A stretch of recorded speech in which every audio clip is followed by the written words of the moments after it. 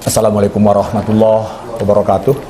Bismillahirrahmanirrahim. Alhamdulillahirabbil alamin. Wassalatu wassalamu ala asrafil anbiya'i mursalin wa ala alihi wa sahbihi ajmain. Raditu billahi rabba wa bil islami dina wa bi Muhammadin nabiyya wa rasulah. Sahabat beriman yang dirahmati Allah, kami sangat bersyukur dan berbangga hati pada hari ini berada di suatu kawasan industri kopi Aceh Tengah.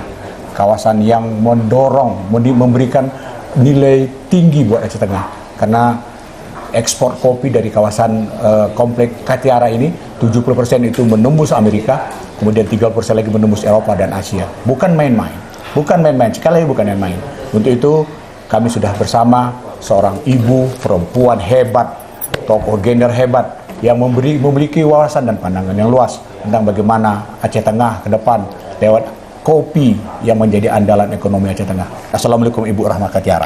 Waalaikumsalam warahmatullahi wabarakatuh. Alhamdulillah sehat, ini dengan hadirnya Bapak tambah sehat. Mainannya ini Indonesia luar negeri terus ini ya? Itu kalau ada event Pak, kita setiap tahun itu ada event namanya SCAA. SCAA dulu, baru nanti pertengahan tahun itu SCAI. Jadi kalau SCAA adanya di daerah Amerika. Ya. Itu apa yang event itu seperti event apa? Itu berkumpul seluruh dunia pedagang kopi, produsen, baik roaster, baik buyer itu di situ berkumpul. Jadi berangkatnya Rahmah ke sana tuh bukan kemauan sendiri, itu kita diundang oleh buyer, biaya dari buyer, disiapkan kita penginapan sampai ke Magicom, beras, kecap halal itu disiapkan untuk Rahmah. Bukan biaya negara ya? Enggak ada biaya negara, itu buyer yang biaya. Nah, kita kemudian bawa jenis kopi di sana untuk dipamerkan? Kita nggak, kalau pertama kita jemput bola bawa sampel. Jadi kalau ada pameran setiap stand kita kasihkan sampel-sampel. Setelah itu baru kita tinggalkan kartu nama, itu awal. Tapi mulai dari 2015 sampai dengan 2024 kita itu sudah diundang setiap tahun berangkat ke sana. Kemudian di sana apa saja acaranya? Ya di sana kita sudah punya jadwal nanti dari jam 8 sampai jam 10 kamu Rahmah sama Royal Coffee ya. Nah, jadi kita di standnya disuguhinlah kopi gayo dengan produk umpama Queen Ketiara, itu produk Rahmah yang paling laris. Terus nama desa kopi bias Penantan. Jadi peminatnya itu hadir di situ. Jadi ini terus bayarnya bilang gini, ini loh Bu Rahmah, produsennya mewakili petani datang. Kalau kalian mau tanya-tanya silakan. Begitu ya. Nah, kebetulan Rahmah kan nggak bisa bahasa Inggris, jadi harus ditranslate. Kebetulan kita bawa anak. Itu. Dan itu berlangsung setiap tahun? Setiap tahun. Nanti Rahmah kopimu enak. Terus kita bilang, ada nggak yang perlu mungkin prosesnya kami salah atau alatnya apa? Tidak, pertahankan caramu. Karena mereka sudah pulang dari sini.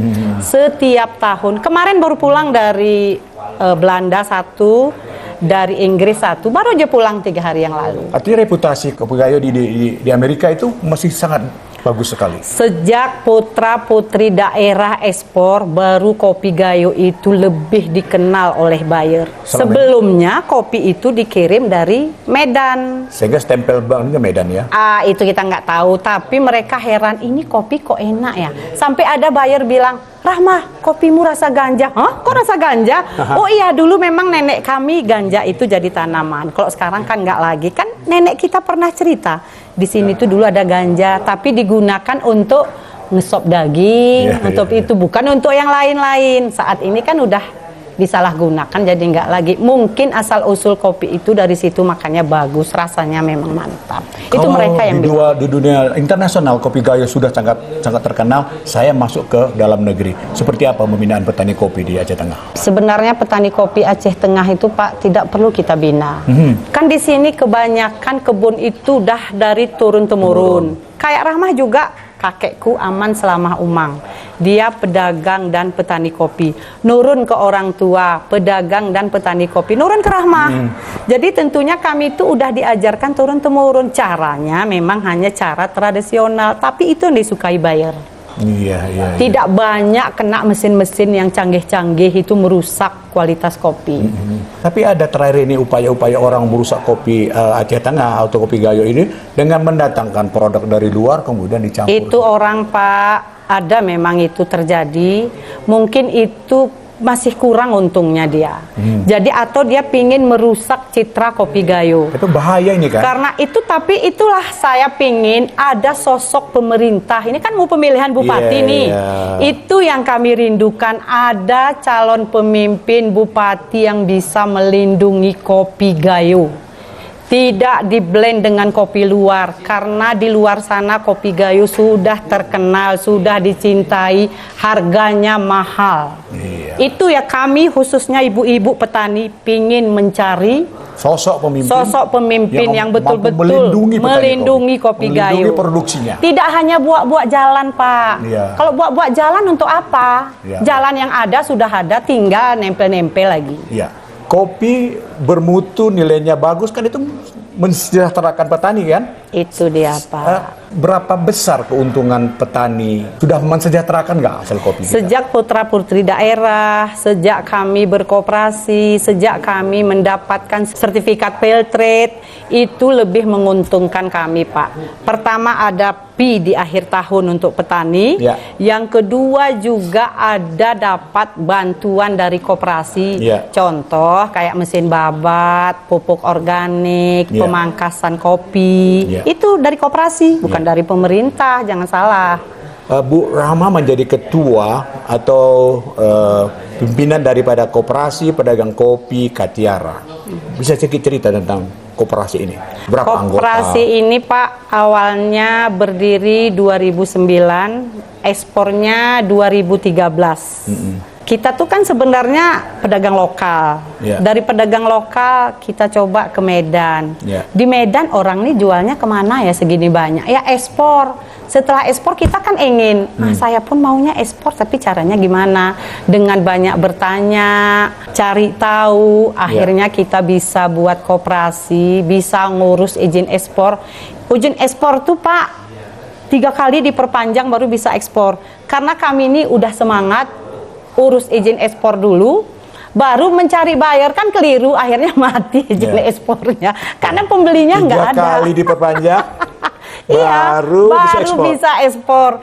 Jadi udah ada izin ekspor, kopi ada, tapi ekspornya kemana? Sementara kita nih media sosial kurang, bahasa Inggris nggak bisa kan susah. Ya, akhirnya kita cari tahu, anak-anak ini bisa online, mencari di media sosial, dapatlah buyer. Terus satu-satunya memang harus ikut event tadi, jemput bola. Bak sampel, bak kartu nama, kita kasih. Mulai jualan ya. Baru mereka bilang, ini mereka yang bilang, Pak, kalau kita memuji diri sendiri itu kan nggak bagus, itu kan kesannya sombong.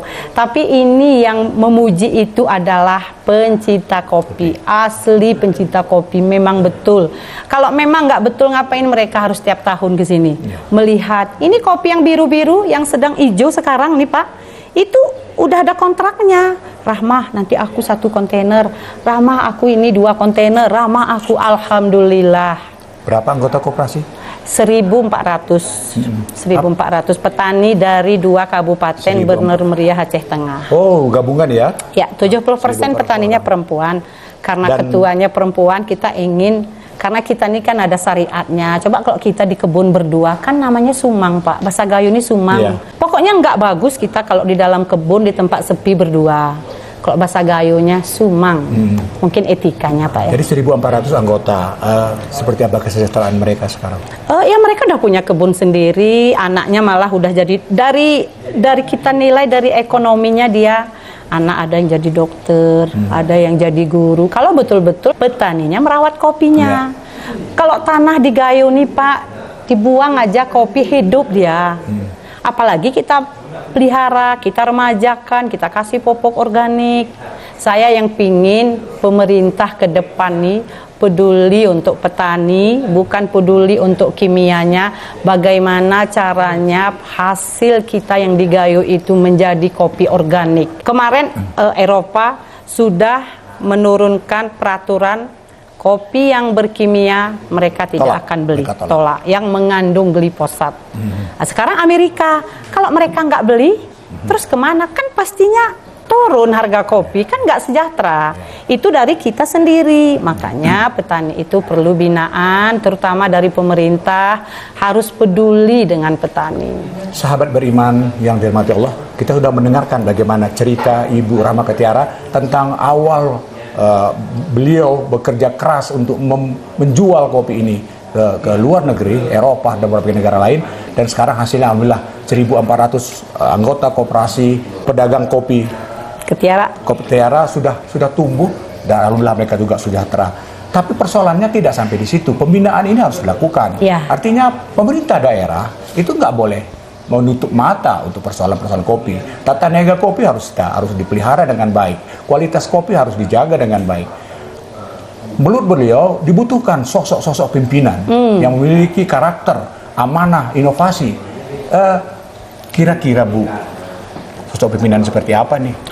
Kalau kami sekarang Pak melihat udah beberapa 5 tahun ke belakang, 5 tahun ke belakangnya, siapapun pemimpin itu kayaknya kurang pro. Ramah itu belak-belakan. Saya bilang kami koperasi bayar retribusi, ngirim hampir setiap minggu, tapi tidak ada sedikit pun sentuhan dari pemerintah. Ini dari Ketiara ini sekian banyak. Kan retribusi untuk daerah. Ya. Bayar pajak miliaran. Untuk siapa? Kan untuk pemerintah. Ya harus peduli dong sama kami, minimal. Ini uangnya dari mana ya? Oh ini kenapa bisa jadi ngirim banyak Ketiara nih? Berarti kopinya gini-gini. Itu yang kami ingin. Kami ingin ke depan tidak mau keliru, tidak mau salah pilih lagi, tidak mau menyesal 5 tahun untuk memilih pemimpin daerah kami. Saya menghimbau untuk, ini bukan kampanye, tapi menghimbau khusus untuk petani kopi. Kita harus jeli melihat, harus bisa menyaksikan. Pilihlah pemimpin yang betul-betul peduli dengan kita, untuk kesehatan kita, untuk lingkungan kita. Itu yang paling. Ada beberapa nama yang muncul, tapi yang paling pertama yang sudah mendapat tiket untuk bertarung di konstelasi kepala daerah 2024 nanti adalah Beriman. Apa pandangan kakak tentang Beriman? Beriman ini kan bisa aja ucapan, kan kenyataan, masa lalunya kita lihat. Ya, tracknya ya. Kita kan pengen lihat kalau calon pemimpin sekarang yang kami jagokan dari Partai Keadilan, itu Bardan dengan Pak Karim Ansah. Kayaknya kami mendukung ke situ Pak. Pak Karim Ansah ini sejarahnya boleh kita lihat. Jujur, mata waktu Sikda dia jujur. Menjadi anggota DPR Bardan tidak pernah masalah. Di provinsi tidak pernah masalah. 2 periode. Kan kita rugi tidak milih anak muda seperti dia. Kami menjagokan dia kali ini Pak. Insya Allah menang. Bukalah mata. Sahabat Beriman yang Allah, jelas, tegas, lugas kalimat itu, dan semoga apa yang disampaikan itu dapat menginspirasi masyarakat Aceh Tengah untuk tidak salah memilih pemimpin pada tanggal 27 November 2024. Selamat, semoga Beriman berhasil. Assalamualaikum warahmatullahi wabarakatuh.